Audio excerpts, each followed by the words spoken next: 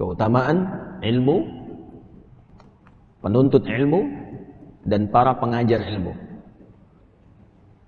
Sudah kita bahas beberapa hadis terkait mengapa harus mendekat pada pengetahuan, apa pentingnya ilmu. Sampai Al-Imam Asy-Syafi'i pernah mengatakan, "Man arada dunya fa'alaihi bil ilmi." Kalau ingin sukses dunia, mesti pintar, mesti punya ilmu, belajar. Ya, karena itu pembuka dalam Al-Qur'an, wahyu pembuka menggunakan kata iqra. Baca. Baca itu gerbang pertama pengetahuan. Orang banyak baca, banyak pengetahuan, potensi tinggi mendapatkan peningkatan status kedudukan di dunianya. Makanya coba lihat ya, ukuran materi dunia pun itu ilmu melekat. S1, S2, S3, salary-nya beda kan? Ya, kehormatannya beda kan? Nah, jadi kalau ingin meningkat dunia, kata Imam Asy-Syafi'i, tingkatkan pengetahuan dan belajarnya sampai paham. Jangan cuma datang, duduk paling belakang, nggak nanya, ya, terus ujian minjem catatan teman sehari sebelumnya. Ya, sampai paham, sampai mengerti, sehingga jadi pakar di bidangnya, jangan tanggung. Ya, fikih sekalian, kata Quran fikih sekalian. Quran surah 9 ayat 122. Insan beriman tuh kalau belajar, ya, dia pastikan apa yang dia pelajari paham, tidak keluar dari ruangan sampai dia mengerti apa yang dipelajari. Liyatafaqahu fid din. Kemudian, wa man arada al-akhirah fa'alaihi bil ilmi. Kalau menginginkan sukses akhirat pun, kata Imam Asy-Syafi'i, itu modalnya ilmu juga. Ilmu juga. Ya, bagaimana bisa salat kalau nggak ada ilmunya? Ya, bagaimana bisa zakat dengan benar kalau nggak tahu ilmunya? Kepada siapa dikeluarkan? Kalau nggak tahu ilmunya, nggak paham cara menunaikan salat, nggak tahu bilangannya, besok-besok nanti subuh 4 rakaat. Ya, kalau nggak tahu tentang ilmu akidah dengan benar, didoktrin orang, tiba-tiba tembak orang, bom orang, bunuh orang dengan cara yang tidak benar, alih-alih pengen ke surga, masuknya neraka jahanam, nggak keluar-keluar. Hati-hati. Wa may yaqtul mu'minan muta'ammida fajazaohu jahannam. Wa ghadiballahu alaihi khalidan fiha wa ghadiballahu alaihi wa la'anahu wa a'adda lahu 'adzaban 'azima. Siapa yang sengaja merencanakan pembunuhan dan korbannya ada satu orang beriman saja, satu saja, maka ancamannya, tuh ancamannya, pidana itu ancamannya, ya, neraka jahanam, kekal di dalamnya, nggak keluar-keluar. Allah murka kepadanya, Allah melaknatnya, dan dijanjikan sudah masuk jahanam, siksanya berlipat, kata Allah. Jahanam saja sudah nggak kebayang, dan siksanya berlipat. Loh, tergambar nggak tuh? Ya, tergambar nggak tuh? Surah An-Nisa itu, ya, ayat 93 itu sampai dengan 94, itu merencanakan pembunuhan sengaja. Dan saya lihat sekarang, itu kayaknya tidak meresap kepada jiwa-jiwa insan yang mengaku beriman. Hampir tiap hari kelihatan tuh, terdengar, terbaca peristiwa-peristiwa yang sampai saking mudahnya menghilangkan nyawa, padahal ancamannya tinggi. Ya. Bagaimana kalau bukan beriman? Faka'annama qatalan nasa jami'a. Hati-hati. Satu manusia pun, itu di sisi Allah kalau sengaja itu terjadi, itu dosanya seakan membunuh semua manusia. Tinggi. Ya. Karena itu biasanya kalau ada satu pasal dalam undang-undang bahkan di kita itu, yang ancamannya tinggi, berarti perbuatannya berbahaya. Coba lihat narkoba, kan? Terorisme, dan macam-macam yang lainnya, ancaman pidananya tinggi kan? Hukuman mati atau bahkan seumur hidup. Intinya ingin menunjukkan ada perbuatan yang sangat berbahaya, jangan dilakukan. Ya, nah itu sebetulnya sudah fitrah kehidupan. Al-Quran membawa fitrah yang sama, kenapa disoal? Ya, jadi ketika ada hukum misal semacam, kata Allah disampaikan, ini ya, daripada orang mencuri, potong tangannya. Kalau orang mau bunuh, pikir dulu, dikisos nanti dibunuh lagi, ancamannya hukuman mati. Pembunuhan, ya, ancamannya hukuman mati. Dikisos tuh hukuman mati ancamannya, ya, untuk pembunuhan. Kenapa mesti disoal? Kan sama saja dengan logika berpikir dalam konteks hukum manusia, ya, yang ditetapkan ini menunjukkan bahwa ada perbuatan yang sangat berbahaya, jangan dilakukan. Karena itu spirit Quran yang mengatakan, walakum fil qisasi hayatun ya ulil albab. Kalau Anda berpikir, bukan masalah menghukumnya, tapi di balik itu ada penjagaan terhadap maslahat kehidupan yang kalau diancam dengan ancaman yang tinggi cenderung memotong orang untuk berbuat yang salah. Jelas ya? Nah, itu ilmu. Karena itu saking tingginya ilmu, hal pertama yang diberikan kepada Adam alaihissalam sebelum turun ke bumi itu bukan harta, bukan kedudukan, tapi ilmu. Quran surah kedua ayat 31, wa 'allama Adamal asma'a kullaha. Dan Allah mengajarkan kepada Adam semua jenis potensi pengetahuan, semua jenis pengetahuan yang menjadikan ia mudah menjalani kehidupan di bumi. Semua diajarkan ilmu. Ya. Karena itu semua para nabi, rasul, karena bertugas membimbing umatnya di setiap eranya, dan Rasulullah SAW ditugaskan membimbing umat dan risalahnya berlangsung abadi walaupun beliau wafat sampai akhir kehidupan, maka fitrah semua nabi mendapatkan ajaran langsung dari Allah. Diajarkan langsung. Nah, kita yang bukan nabi, yang bukan rasul, diminta belajar kurikulum nabawi itu yang membimbing kita lewat ilmu-ilmu itu untuk mudah menjalani kehidupan. Orang yang belajar dari ilmu itu disebut dengan muta'allim namanya. Jelas ya?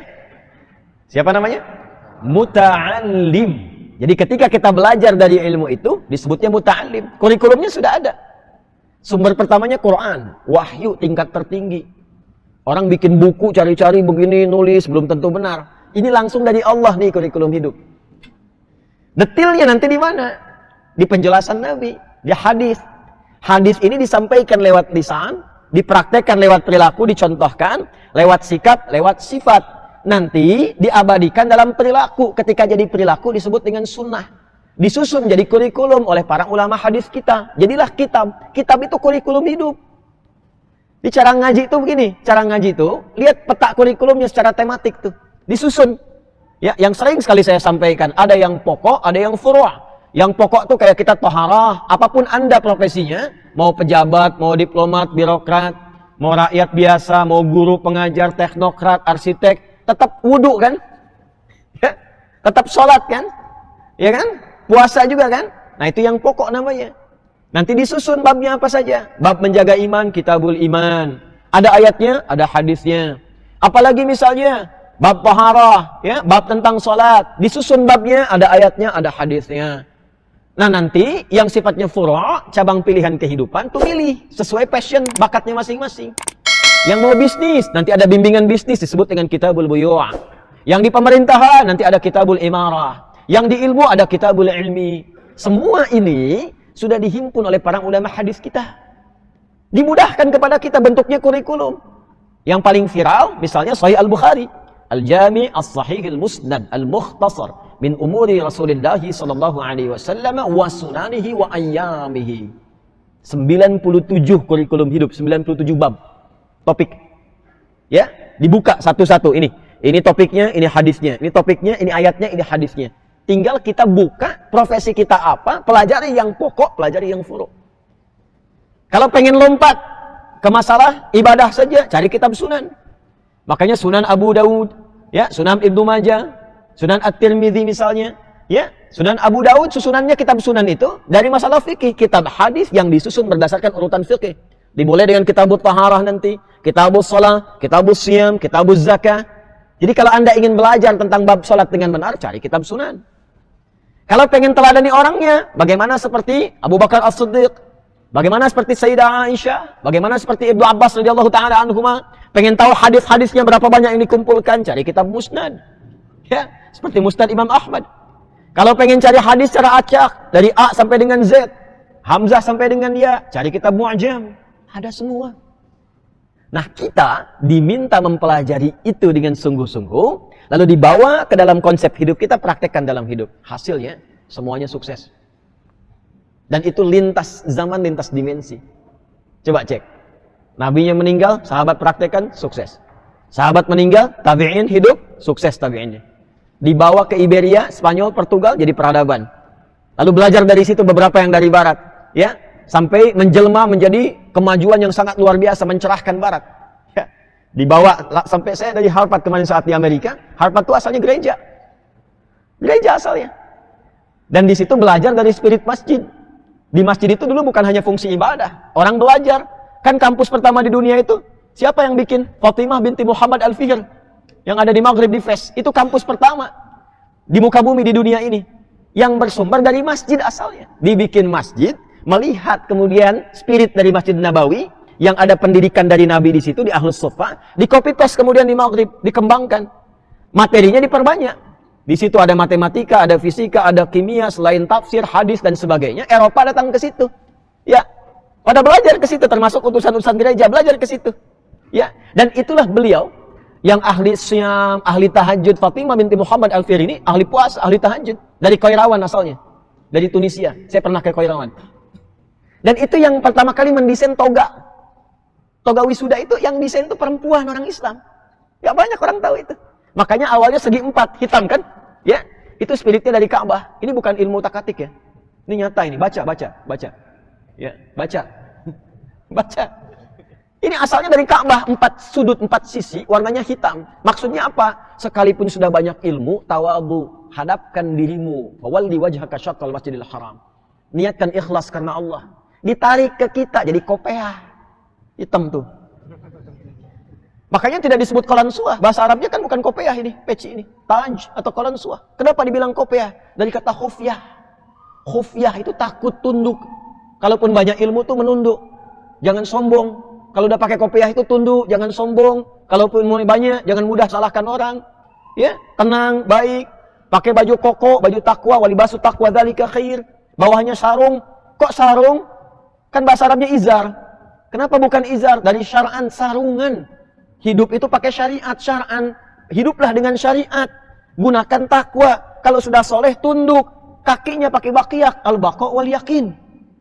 Itu asalnya. Makanya orang pesantren pakai baqiyak kan? Ya, baqiyak itu dari mana katanya itu? Al-baqa' wal yakin. Ya, melangkah dengan yakin pasti. Wal-baqa' lillah, karena Allah. Itu asalnya. Orang tua kita itu tidak banyak dulu materinya. Cuma dipraktekan.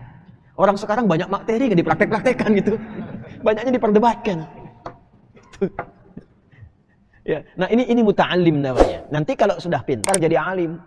Nah, kalau pengen cepat belajarnya, pengen cepat pintarnya, dan bagus ngajarnya, ada bab yang paling penting mendukung itu, yaitu bab adab namanya.